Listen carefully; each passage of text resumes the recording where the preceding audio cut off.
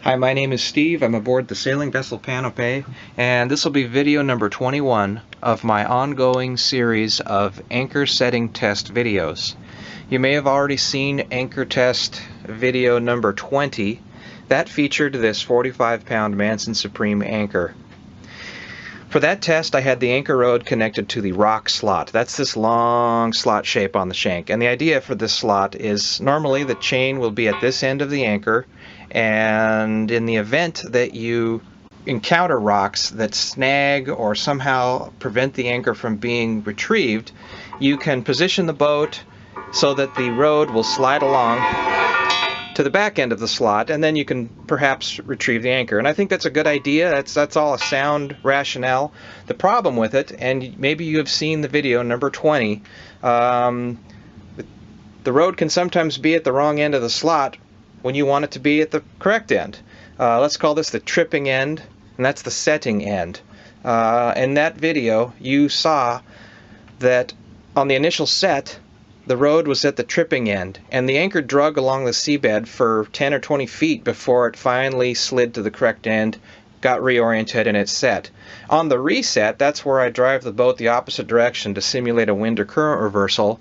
The rod once again traveled to the wrong end of the slot, and rather than rotating in the seabed as the anchor should, the anchor released and altogether failed to reset. The anchor at that point was fouled with lots of weeds and rocks. So all in all, for that test, this slot was not so hot.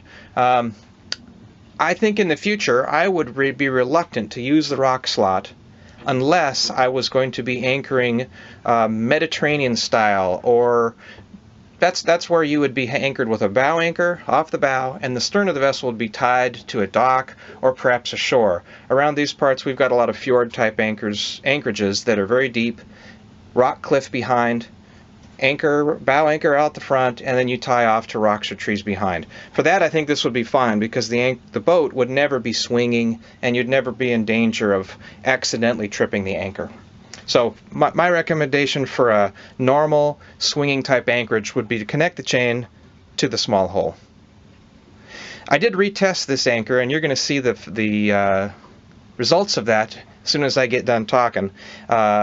Same area, same scope, lots of current this time. We had about 2 knots of current. Anchor did very well, much better. No dragging on the initial. It set within an anchor length or 2. It was very difficult for me to execute the 3.5 knot simulated wind or current reversal test because there was so much current. I just couldn't get the boat in position correctly, and you'll see the reversal is much more gentle than in my previous tests. Also, I got a chance to test the Spade anchor. This is a 44-pound Spade, and it obviously does not have a rock slot. So for that test, everything was just normal, and it set extremely rapidly. This substrate for this test is a combination of sand and small rock and gravel. And I think it's a pretty challenging type of seabed. There's quite a bit of weed, there's roots, there's weeds connected to the rocks. The Spade dug in very rapidly. On the reset, it did not release, it rotated. Excellent anchor. This anchor was provided to me on loan from Spade Anchor USA, and I'd just like to say that I've gone ahead and I've purchased this anchor. They gave me a good deal on it, but I think it's just too good of an anchor to send back. So I went ahead and putting up some money and bought it. It'll probably be my #1 bow anchor. I think it might just be a noticeable amount better than the Manson. Manson's still a fantastic anchor. If that's all I had, I'd be very happy to keep it, and I will keep it. I'll just keep this as a spare. Alright, let's quit talking and watch what happened in the latest tests.